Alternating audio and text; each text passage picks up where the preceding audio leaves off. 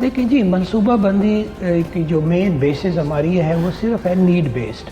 ہم نے یہ دیکھنا ہے کہ کہاں پہ ضرورت ہے، کیونکہ یہ کسی کو پلانٹ کہہ دینا کہ جی آپ کے حلقے میں اتنے لگیں گے، اس کے اتنے، یہ کوئی ایسی بانٹ تو نہیں ہے نا.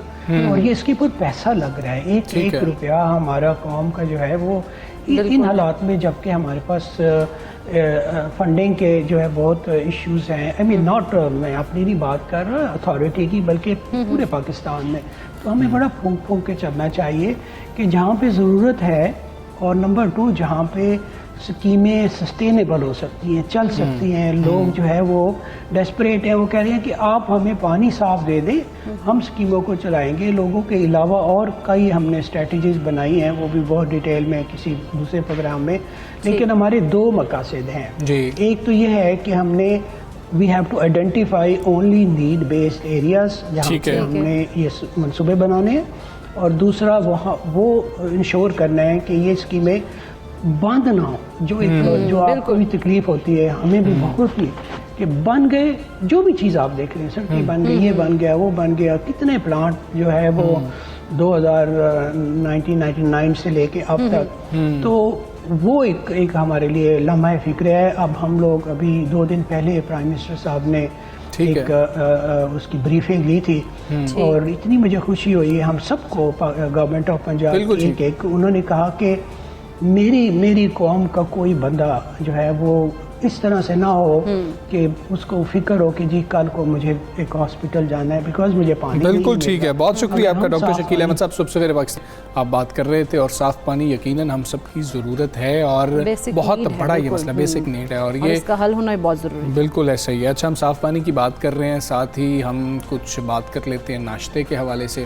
ہم لوگ بریک فاسٹ جو ہے اس کو کرنے کے لیے تیار نہیں ہوتے. ہم کہتے ہیں کہ نہیں، اچھا کچھ آفس میں جائیں گے کر لیں گے، کام پہ جائیں گے کر لیں گے، 12-1 بجے کے قریب کچھ کھا پی لیں گے، کوئی مسئلہ نہیں ہے، برنچ کی صورت پہ کچھ کھا لیں گے. تو یہ ہماری اپروچ کتنی درست ہے، کتنی غلط ہے، اس پر ہم نے بات کرنی ہے. بالکل، کیونکہ کہا جاتا ہے کہ جو ناشتہ ہے وہ جسم اور دماغ کو رات بھر کی فاقہ کشی کے بعد ایندھن فراہم کرتا ہے. اس لیے ناشتے کو عام طور پر دن کا سب سے اہم کھانا کہا جاتا ہے. اس کو کہتے ہیں کہ بادشاہوں کی طرح کرنا چاہیے. سب سے لائٹ لیتے ہیں. بالکل، اور ہم اسی کو لائٹ لیتے ہیں کہ جلدی میں ہم لوگ کہتے ہیں کہ بس بھائی کچھ بھی پکڑ لو، 1-2 چیزیں یا کچھ بھی، مطلب جیسے منچنگ میں ہم لوگ کہتے ہیں کہ منچنگ کر لیں، اس طرح سے ہم اس کو لیتے ہیں ناشتے کو. تو یہ چیزیں نہیں کرنی چاہیے، اور کیا کرنا چاہیے وہ ہم اب جانیں گے. ہمارے ساتھ موجود ہیں ماہر سارہ فاروقی. السلام علیکم، گڈ مارننگ سارہ، کیسی ہیں آپ؟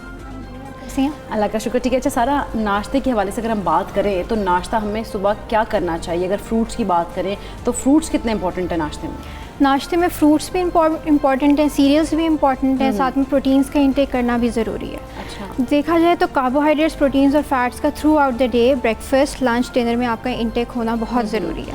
اور بریکفاسٹ موسٹلی لوگ چھوڑ دیتے ہیں، اور یہ سب سے بڑی غلطی کرتے ہیں. اس کی ایک بڑی ریزن یہ ہے کہ ساری رات آپ نے کچھ نہیں کھایا ہوتا، اور صبح آپ کے پاس بالکل بھی انرجی نہیں ہوتی. خاص طور پہ جیسے اکثر پیرنٹس بچوں کو ایسی اسکول بھیج دیتے ہیں یا دودھ پلا کے بس بھیج دیا، وہ بہت غلط اپروچ ہے.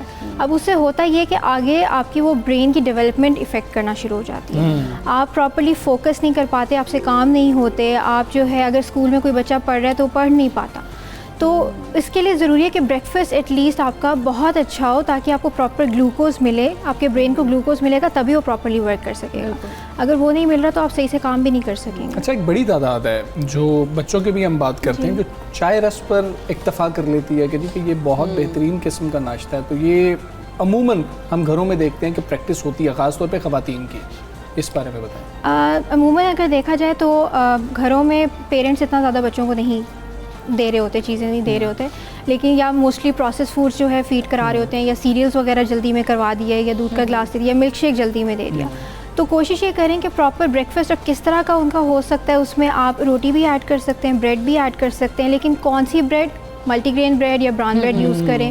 بچوں کو شروع سے اس چیز کی عادت ڈالیں، کیونکہ بچے اگر آپ ڈائریکٹلی شروع سے ہی وائٹ بریڈ کی ان کو عادت ڈالیں ہوئے تو کبھی بھی ملٹی گرین کی طرف نہیں آئیں گے. شروع سے ان کو اس چیز کی عادت ڈالیں. دوسرا، آپ جو ہے اگر روٹی دے رہے ہیں تو آپ ہول ویٹ روٹی ان کو دے سکتے ہیں، اس کی عادت ڈالیں. اس کے ساتھ آپ انڈا کسی بھی فارم میں دے سکتے ہیں، مطلب آپ بوائل میں دیں، اسکریمبلڈ ایگ دیں، یا ان کو آملیٹ کی فارم میں دیں، جس طرح ان کو اچھا لگتا ہے. ویجیٹیبلس ایڈ کر کے اس کے اندر دیں. ویجیٹیبلس ویسے بچے نہیں کھاتے, آپ ان کو چیزوں میں ایڈ کر کے دے سکتے ہیں, تو آپ آملیٹ کے اندر ایڈ کر کے وہ دے سکتے ہیں. اور اس کے علاوہ جو ہے آپ پورج کی بھی عادت ڈال سکتے ہیں بچوں کو. بچے پورج نہیں کھاتے, بچے کیا بڑے بھی نہیں کھاتے. بڑوں میں بہت کم ایسے لوگ ہوں گے جن کو کوئی کہے گا کہ مجھے پورج پسند ہے. تو بریک فاسٹ میں یہ جو چیزیں ہیں یہ امپورٹنٹ ہیں. ان کے اندر جو منرلز اور نیوٹرینٹس جو چیزیں موجود ہیں وہ آپ کی ہیلتھ کے لیے ضروری ہیں. وہ چیزیں ہم لیتے نہیں ہیں. ہمارا زیادہ تر پروسیس فوڈز یا بہت زیادہ جسے کہتے ہیں آئلی فوڈ یا اس طرح کی چیزوں کا ہمارا انٹیک زیادہ ہوتا ہے. اچھا سارا, جس طرح سے کچھ لوگ ہوتے ہیں نا کہ جلدی میں کہتے ہیں کہ ہم لوگ کچھ بھی لے لیتے ہیں, وہ اگر اس کچھ بھی کی جگہ ہم فروٹس ایڈ کر لیں تو وہ کتنا امپورٹنٹ ہے اور وہ کتنا ہیلدی ہو سکتا ہے ہمارا جو سسٹم ہے. بہت زیادہ ضروری ہے. میں وہی بات کر رہی ہوں کہ ایک سرونگ فروٹ کی لازمی آپ کی بریک فاسٹ میں ہونی چاہیے. بریک فاسٹ میں اب فروٹس کا کیا ہے, فروٹس میں منرلز اور وائٹامنس ہیں, اس کے اندر گلوکوز بھی ہے وہ آپ کو مل رہا ہے. کاربس ہیں وہ آپ کو اچھے جسے کہتے ہیں اچھے کاربس ہیں وہ آپ کو ملتے ہیں, اس سے گلوکوز آپ کو ملتا ہے, آپ کو انرجی ملتی ہے کام کرنے کے لیے. تو ایک فروٹ کی سرونگ آپ کی بریک فاسٹ میں لازمی ہونی چاہیے. اس کے ساتھ ایک سیریل کی سرونگ, ایک پروٹینس کی سرونگ اور فیٹس بھی تھوڑا سا آپ اس کے اندر ایڈ کر سکتے ہیں. وہ چاہے آپ 1 ٹی اسپون ایڈ کریں. اگر آپ پراٹھا فار ایگزامپل کھا رہے ہیں تو پراٹھے کا مطلب یہ نہیں ہے کہ آپ بہت زیادہ اس میں آئل یوز کریں. آپ یوں بھی کر سکتے ہیں کہ 1 ٹی اسپون صرف اوپر آپ جو ہے تھوڑا سا اس کے اوپر ڈال سکتے ہیں. ٹھیک ہے. دودھ کی آپ نے بات کی, دودھ ہم تو سمجھتے ہیں کہ مکمل غذا ہے اور بات بھی ایسے ہی ہوتی ہے. تو بچوں کو مائیں کوشش کرتی ہیں کہ صبح دودھ دے دیں, یا پھر بچے کہتے ہیں کہ چلیں دودھ پی کے چلے جائیں گے, ساتھ بوائلڈ ایگز لے لیے. تو کیا صرف دودھ پی کے جانا ٹھیک ہے یا اس کے ساتھ پھر کسی چیز کو ایڈ کر لینا چاہیے؟ بہت چھوٹے بچے ان کے لیے دودھ ضروری ہے, ٹھیک ہے, ان کے لیے مکمل غذا ہے. باقی جیسے اب بچہ گرو کرتے پھر اس کے لیے وہ مکمل غذا نہیں ہے. تو بڑے بھی خالی کسی کے لیے مکمل غذا نہیں ہے.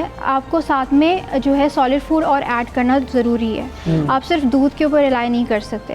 تو اس لیے ضروری ہے کہ آپ ساتھ میں پروٹینس کا بھی انٹیک کر رہے ہوں, کاربس کا بھی انٹیک کر رہے ہوں.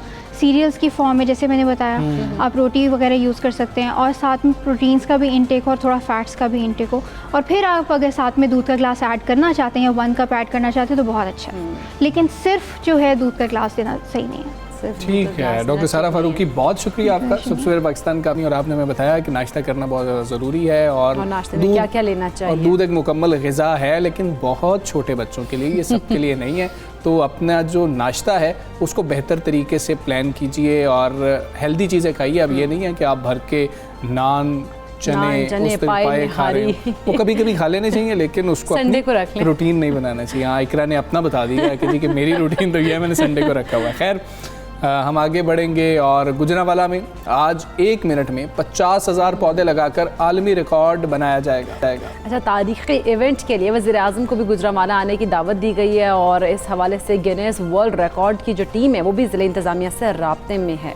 تو ہم کس سے رابطے میں؟ ہم رفیق مغل سے جو ہے رابطے میں ہے. ہم رفیق سے جاننے کی کوشش کریں گے کہ آج یہ جو بننے جا رہا ہے ریکارڈ, اس کی تیاریاں کیسی ہیں. رفیق بتائیے گا. آج یہ تیاریاں جو ہیں یہ تو بھرپور کی جا رہی ہیں, کیونکہ پچھلے 2 ہفتے سے تیاریاں کی جا رہی تھی. اس میں 13,000 بچے جو ہیں وہ حصہ لیں گے, اور ایک بچے کو 1 منٹ میں 4 پودے لگانے کا ٹارگٹ دیا گیا ہے, اور 1 منٹ میں 50,000 پودے جو ہیں وہ لگائے جائیں گے. عالمی ریکارڈ بنایا جائے گا. اس سے پہلے بھارت کے پاس یہ عالمی ریکارڈ ہے, تقریباً 37,000 1 منٹ میں انہوں نے پودے لگائے تھے. تو اب یہ پاکستان انشاءاللہ جو ہے یہ ریکارڈ قائم کرے گا. اس کے لیے 14 کلومیٹر کا فاصلہ ہے جی ٹی روڈ کے دونوں اطراف, جو گرین بیلٹ اندرون شہر میں. وہاں پر جی ٹی روڈ پر جتنے بھی بجلی کے پول لگے ہوئے ہیں وہاں پر لاؤڈ سپیکر جو ہے وہ بھی نصب کر دیے گئے ہیں, ساؤنڈ سسٹم جو ہے وہ بھی پہنچا دیا گیا ہے. سائرن بجایا جائے گا. جب سائرن بجے گا تو اس کے بعد بچے جو ہیں وہ پودے لگانا شروع کر دیں گے. تو 1 منٹ میں جو ہے یہ پودے لگائے جائیں گے. وزیر اعظم عمران خان جو ہے وہ بھی گجرانوالہ آ رہے تھے, مگر ان کا دورہ جو ہے وہ منسوخ ہو چکا ہے. اب جو صوبائی منسٹر جو ہیں وہ تشریف لائیں گے. Guinness book of world record کی جو ٹیم ہے وہ گجرانوالہ میں پہنچ چکی ہے. بالکل ٹھیک ہے رفیق, بہت شکریہ. آپ تیاریوں کے حوالے سے ہمیں بتائیں کہ تیاریاں جو ہیں وہ مکمل کر لی گئی ہیں, اور اب یہ ریکارڈ بنایا جائے گا. ہم ایک بریک لیں گے, بریک کے بعد واپس آتے ہیں.